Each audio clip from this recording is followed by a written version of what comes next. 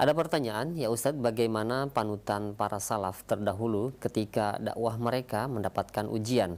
Apakah ada penurunan tensi dakwah dari para ulama pada masa itu? Dan adakah kata-kata syar'i yang sedang banyak dibicarakan diganti sementara waktu terlebih dahulu? Tujuannya agar dakwah tidak semakin dibenci kala itu. Mohon jawaban dan nasihatnya.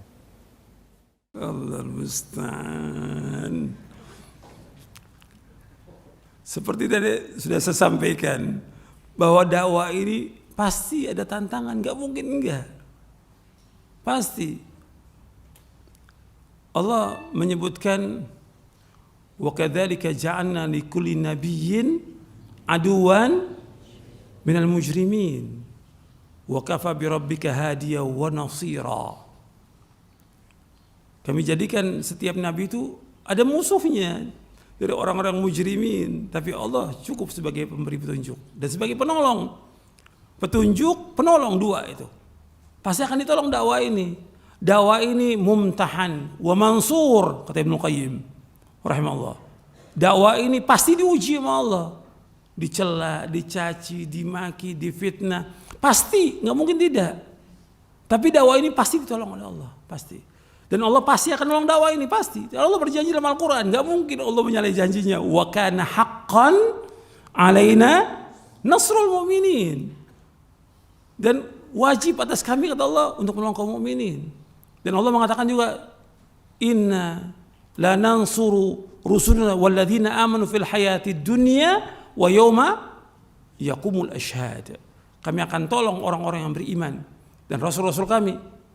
Kami akan tolong Rasul kami dan orang beriman di dunia dan nanti di akhirat. Dakwah ini pasti tolong. Antum lihat perjalanan dakwah para anbiya wa rusul. Dapat ujian. Tapi enggak dirubah itu. Kalimatnya tetap dakwah tauhid. Tidak boleh berbuat syirik. Jangan mengikuti nenek moyang. Tetap itu enggak berubah. Semua nabi dan semua rasul. Enggak berubah. Jangan dirubah. Seperti Nabi SAW menyebutkan kullu bid'atin dhalalah wa qudratan finnar. Nabi yang bersabda SAW jangan dirubah. Ini hadis Nabi. Kenapa harus takut?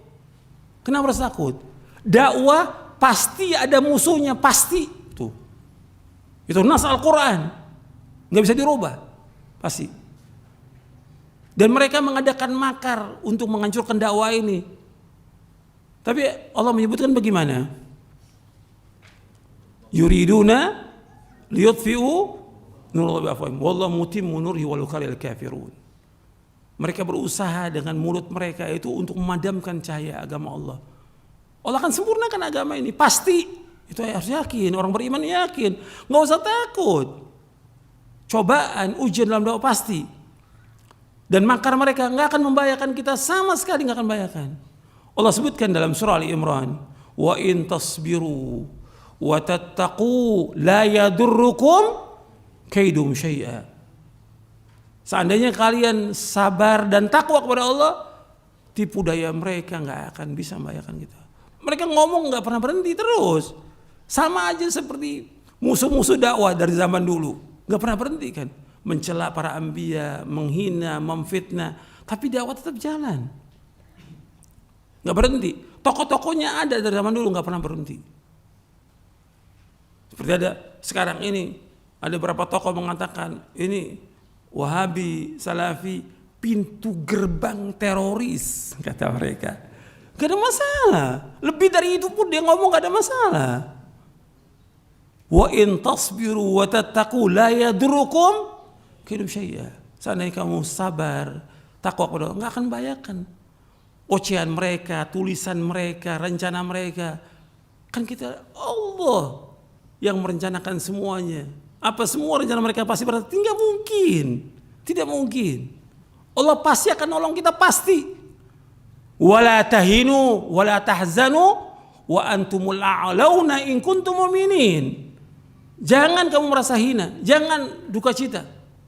Tetap apa? Allah akan tinggikan kalian jika orang beriman. Harus ingat. Soal masalah kita sedih, sempit, cobaan. Wajar kata Nabi SAW juga mendapatkan cobaan, ujian sempit. ولقد نعلم أنك يضيق صدرك بما يقولون فسبح بحمد ربك وكن من الساجدين واعبد ربك حتى يأتيك اليقين. Allah mengatakan, kami tahu omongan mereka itu membuat dada kamu sempit. Tapi Allah suruh apa? Disuruh banyak zikir, disuruh ibadah kepada Allah. Jangan sibukkan omongan orang yang sibukkan. Musuh-musuh ini yang nggak senang, nggak usah disibukkan, jangan dibicarakan. Dakwah jalan terus, nggak boleh berhenti sampai kita diwafatkan oleh Allah. Yang udah pasti bahwa dakwah ini pasti akan ditolong oleh Allah. Yakin pasti ditolong oleh Allah. Itu nas Al-Quran dan juga hadis Nabi yang sahih. Kita yakin dengan janji Allah, jangan takut. Dakwah ini harus berjuang menegakkan agama ini. Karena itulah para anbiya wa rasul. Antum lihat dong kisahnya para anbiya wa rasul, bagaimana susahnya, dicela, dicaci, dimaki, dihina. Bagaimana para ulama salaf. Itulah dakwah. Itulah dakwah. Tapi kita harus berjalan dan terus minta tolong pada Allah. Bahwa kita nggak punya kekuatan apa-apa kecuali Allah yang tolong. Nggak mungkin kita bisa berjalan di atas jalan yang hak ini kecuali pertolongan Allah. Dan dakwah ini nggak akan mungkin menang kecuali pertolongan Allah. Makanya para ulama salaf itu terus diintrospeksi pada dosa-dosanya, ingat takut kepada Allah. Terus mereka thalabul ilmi, nggak berhenti, dakwah jalan terus, mohon kepada Allah. Itulah Islam. Nggak seperti sekarang pada takut. Kita robah aja dah. Jangan ngomong bid'ah lagi. Lalu ngomong apa lagi dong kita? Ganti yang lain. Antum mau ganti hadis Nabi dengan yang lain. Ini udah penyelewengan, penyimpangan dalam masalah manhaj ini. Makanya kalau kita berpegang teguh, insya Allah Allah akan tolong kita. Pasti Allah akan tolong. Tapi kita harus sabarin terus dalam perjalanan dakwah. Allah pasti akan tolong. Gak mungkin Allah gak tolong dakwah kita, gak mungkin sudah. Pasti tolong. Tapi mengalami cobaan, ujian. Hatta Nabi Muhammad SAW kalah dalam perang Uhud. Sampai giginya ada yang gugur, luka parah di kepalanya. Itulah cobaan. Tapi kemudian menang kan. Terus yakin bahwa Allah pasti akan menolong dakwah kita pasti. Tapi kita harus sabar. Dan terus belajar, gak boleh berhenti. Sampai kita diwafatkan oleh Allah. Mudah-mudahan yang saya sampaikan bermanfaat untuk saya dan teman sekalian. Kurang lebihnya saya mohon maaf. Wassalamualaikum warahmatullahi wabarakatuh. Subhanakallahumma bihamdik asyhadu an la ilaha illa anta astaghfiruka wa atubu ilaik. Assalamualaikum warahmatullahi wabarakatuh.